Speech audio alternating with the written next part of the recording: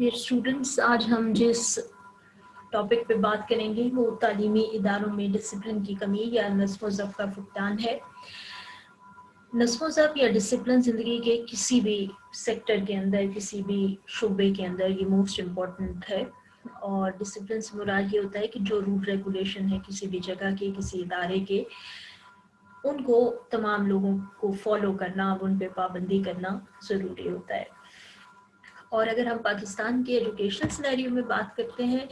تو یہ ایک بہت بڑا تعلیمی مسئلہ ہے کہ ہمارے تعلیمی اداروں میں جو طلباء کے نظم و ضبط کی پرابلمز ہیں وہ بہت زیادہ ہیں، اور اس کی وجہ سے نہ صرف تعلیمی ادارے کے اندر بلکہ بہت سارے ایسے معاشرتی مسائل بھی پیدا ہوتے ہیں جو بعد میں جا کر معاشرے کے لیے نقصان کا باعث بنتے ہیں۔ اور خصوصاً تعلیمی اداروں کا جو ماحول ہے اور جو تعلیم کا معیار ہے اور معاشرتی رویے جو ہیں وہ بری طرح سے متاثر ہوتے ہیں۔ نظم و ضبط آپ دیکھیں تو کسی بھی گھر، معاشرے اور ملک کی ترقی کو اور اس کو کامیابی سے چلانے کے لیے اس انگریڈینٹ کی ضرورت ہوتی ہے۔ زندگی کے معاملات خواہ انفرادی ہوں یا اجتماعی ہوں، نظم و ضبط کے بغیر کامیابی ممکن نہیں۔ ہم جب بھی کوئی کام کرنا چاہتے ہیں تو ہمیں ایسا کرنے کے لیے بہت سارے اصولوں اور قوانین کی پابندی کرنا پڑتی ہے، جن میں ہماری اپنی مرضی کا عمل دخل بہت کم ہوتا ہے۔ اس کی ایک مثال یہ ہے کہ بہت ساری ایسی چیزیں جیسے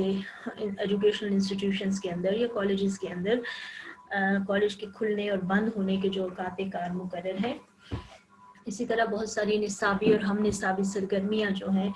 ان کو سر انجام دینے کا جو بھی طریقہ کار ہے، یہ اصول، قاعدے اور قوانین طے ہوتے ہیں، اور ہم ان میں اپنی ذاتی مرضی جو ہے اس کو بالائے طاق رکھتے ہوئے اپنے ادارے کے بنائے ہوئے تمام اصول و ضوابط کی پابندی کرتے ہیں۔ اصول و ضوابط اور قوانین کی پابندی کرنا ہی بنیادی طور پر اس کو ڈسپلن کہتے ہیں۔ فار ایگزامپل، ٹریفک کے قوانین میں جو سرخ سگنل ہے وہ اس بات کی علامت ہے کہ آپ نے رک جانا ہے، آپ نے سڑک کو پار نہیں کرنا۔ یہ ایک قانون ہے اور ایک اصول ہے، جس کی خلاف ورزی کرنا بد نظمی میں آتا ہے، انڈسپلن میں آتا ہے۔ روڈ پہ جو بد نظمی ہے وہ جب آپ کے ٹریفک کا اشارہ رکا ہوتا ہے اور اس کو آپ کراس کر رہے ہوتے ہیں تو وہ بد نظمی ہے۔ اس عمل میں جو اسی طرح تعلیمی اداروں میں بھی نظم و ضبط یہی ہے کہ بہت سارے جو آپ کے طے شدہ قوانین و ضوابط ہوتے ہیں، اگر آپ ان کو فالو نہیں کرتے، ان کی خلاف ورزی کرتے ہیں، اپنی مرضی کرتے ہیں، اور وہ آپ کی جو مرضی ہوتی ہے وہ اس ادارے کے مقرر کردہ قوانین و ضوابط کے مخالف ہوتی ہے، تو ایسی صورتحال میں آپ ڈسپلن کو وائلیٹ کر رہے ہوتے ہیں۔ لیکن اگر آپ تمام قوانین اور اس ادارے کے اصول و ضوابط کو تابع کر دیتے ہیں اپنی مرضی کو، تو آپ نظم و ضبط بہتر طریقے سے فالو کرتے ہیں۔ اس عمل میں پرنسپل، اساتذہ اور طلباء اور ملازمین کی جو ایک مقرر شدہ اصولوں کی پابندی کرتے ہیں، اور اس عمل میں سب سے اہم ذمہ داری اساتذہ اور پرنسپل کی ہوتی ہے کہ وہ خود ان اصولوں اور قوانین کی پابندی کریں اور طلباء سے بھی یہ کروائیں۔ ادارے کی نظم و ضبط کی خلاف ورزی جو ہے اس کو اگر اساتذہ اور طلباء سمیت وہ سب کے لیے قابل گرفت ہے، وہ سب اس کے دائرہ عمل میں آتے ہیں، اور اگر آپ اس کو نہیں کرتے تو اس پہ باقاعدہ آپ سے انویسٹیگیٹ بھی کیا جاتا ہے۔ ہر استاد کو علم ہے کہ اس کے ذمہ کیا کام ہے اور اس سے وہ کس طرح سے سر انجام دینا ہے۔ اسی طرح ہر طالب علم کو بھی پتہ ہوتا ہے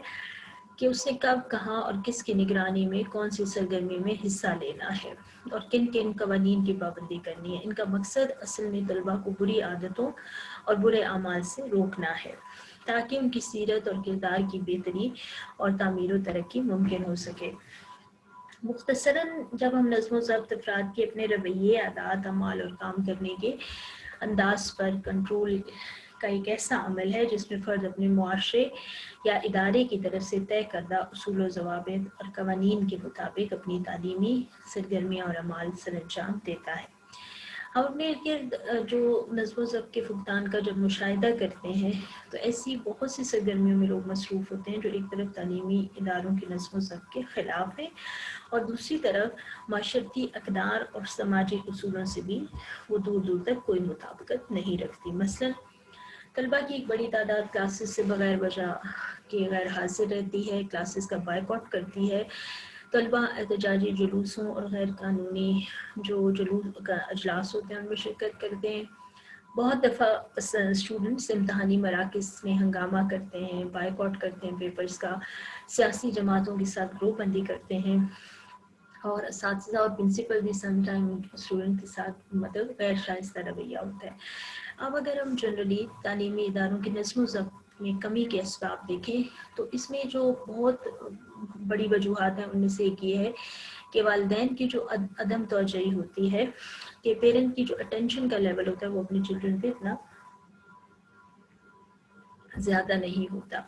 और जो तालीम, तरबियत और परवरिश की बुनियादी ज़िम्मेदारी वालिदैन की सपुर्द होती है, तमाम बच्चों को उनके वालिदैन की भरपूर तवज्जो और निगरानी की अशद ज़रूरत है। लेकिन बदकिस्मती से हमारे मुआशरे में वालिदैन अपनी मसरूफियात और मामलात में इस तरह उलझे होते हैं कि वो अपनी औलाद के लिए वक्त ही नहीं निकालते। इस तरह वो अपने बच्चों की तालीम और तरबियत पर पूरी तवज्जो नहीं दे सकते। इनकी बेतवज्जही और लापरवाही के बायस बच्चों में बहुत ज़्यादा गैर ज़िम्मेदारी और लापरवाही के रवैये परवान चढ़ने लगते हैं। घरों में वालिदैन के बहुत सारे झगड़े, इनके कौल व फ़िल में तज़ाद भी, ये ऐसी चीज़ें हैं जो बच्चों में उन आदतों को फ़रोग़ देती हैं कि वो सही और गलत, अच्छे और बुरे, जायज़ और नाजायज़ की जो तफ़रीक करना है वो उनको नहीं आती। बहुत से बच्चे बहुत से ऐसे पस मंज़र से मनफी रवैये और गलत आदत लेकर तालीमी इदारों में आते हैं जिनके बायस तालीमी इदारों में नज़्म व ज़ब्त के मसाइल पैदा होते हैं। इसी तरह असातिज़ा का अगर किरदार देखा जाए तो इस मामले में वो भी बहुत इम्पॉर्टेंट है, बहुत क्रिटिकल है। माशरे में पाई जाने वाली तमाम खूबियाँ और ख़ामियाँ नई नस्ल तक तरबियत के साथ पहुँचाना और अच्छे तरीके से उनको समझाना ये उस्ताद की बुनियादी ज़िम्मेदारी है। वो अपने कमतर माशरती मकाम, कम आमदनी और महदूद वसाइल के बायस सियासी और समाजी तफरीक का शिकार हैं। मादियत परस्ती से भरपूर माशरे के साथ दूसरे लोगों की तरह असातिज़ा की तदरीसी ज़िम्मेदारियों और फ़राइज़ पर असरअंदाज होते हैं। इनमें से बाज़ कमरा जमात के अंदर ही खुद को उस्ताद समझते हैं, बाहर नहीं। तलबा की शख्सियत साजी और उनकी अखलाकी तरबियत करना ये उस्ताद की ज़िम्मेदारी है। और लेकिन हमारे मुआशरे में बहुत दफ़ा ऐसा होता है कि असातिज़ा अपनी ज़िम्मेदारी को किसी न किसी वजह की वजूहात की वजह से और कहीं न कहीं इसको मिस कर देते हैं। फिर सियासी जमातों का एक बहुत बड़ा किरदार है नज़्म ज़ब्त के हवाले से। किसी भी मुल्क और मुआशरे में नई नस्ल की तालीम और तरबियत की ज़िम्मेदारी जो है वो असातिज़ा, वालिदैन और बहुत सारे वो जो एक सियासी आपके लीडर्स होते हैं उन पे भी होती है। दोनों के फ़राइज़ और ज़िम्मेदारियाँ एक दूसरे से लेकिन मुख्तलिफ है। बदकिस्मती से पिछले कई सालों से हमारे मुल्क की तकरीबन तमाम सियासी जमातों ने असातिज़ा और तलबा में ज़ेली तंजीमें कायम कर रखी हैं, जिसकी वजह से तालीमी इदारों में सियासी ग्रुपबंदियाँ चलती रहती हैं। इसी तरह जो तालीमी इंतज़ामिया का किरदार है वो भी इम्पोर्टेंट है। डिसिप्लिन के हवाले से हर तालीमी इदारे की ज़िम्मेदारी है कि वो अपने असातिज़ा, तलबा और इदारे की फ़लाह व बहबूद और तरक्की को यकीनी बनाए।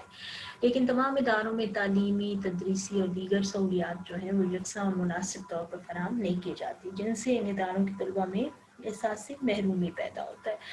और यही वो एहसास महरूमी है जो फिर रद्द अमल के तौर पर नज़्म ज़ब्त के मसाइल पैदा करता है।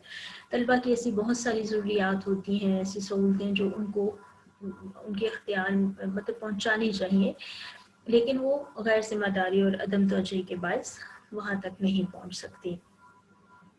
और इसी तरह निसाबी और हम निसाबी सरगर्मियों का भी मुनासिब तौर पर इनकाद इन इलाकों में नहीं किया जाता, जिससे समटाइम तलबा के अंदर मनफी रवैया, एग्रेशन, एंगर, एंग्जाइटी और इस तरह की बहुत सी परेशान चीज़ें सामने आती हैं। फिर बहुत सी और वजूहात भी हैं कि समटाइम तालीमी इदारों और इंतज़ामिया जो एडमिनिस्ट्रेशन होती है किसी भी एजुकेशनल सेटअप की, उनका रवैया भी बहुत गैर मुनासिब होता है और वो नारवा पाबंदियाँ लगाते हैं, जिनमें समटाइम अगर हम अपने एजुकेशन इंस्टीट्यूशंस में देखें तो बहुत सारे इदारे ट्यूशन के लिए पाबंद करना, मखसूस दुकानों से स्कूलों का यूनिफॉर्म लेना, स्टेशनरी ख़रीदना या कुतुब की ख़रीदारी जो है, तो इस तरह की बहुत सी चीज़ें हमारे मुआशरे में पाई जाती हैं। इससे भी नज़्म ज़ब्त के मसाइल पैदा होते हैं। फिर सियासी इंतशार, मनफी माशरती रवैये, बेरोज़गारी, غیر یقینی صورتحال، سم ٹائمز اسٹوڈنٹس کو اپنا مستقبل اتنا برائٹ نظر نہیں آتا جس کی وجہ سے ڈسپلن کے مسائل پیدا ہوتے ہیں. تو یہ بہت ساری اس کی ملٹی ریزنز ہیں.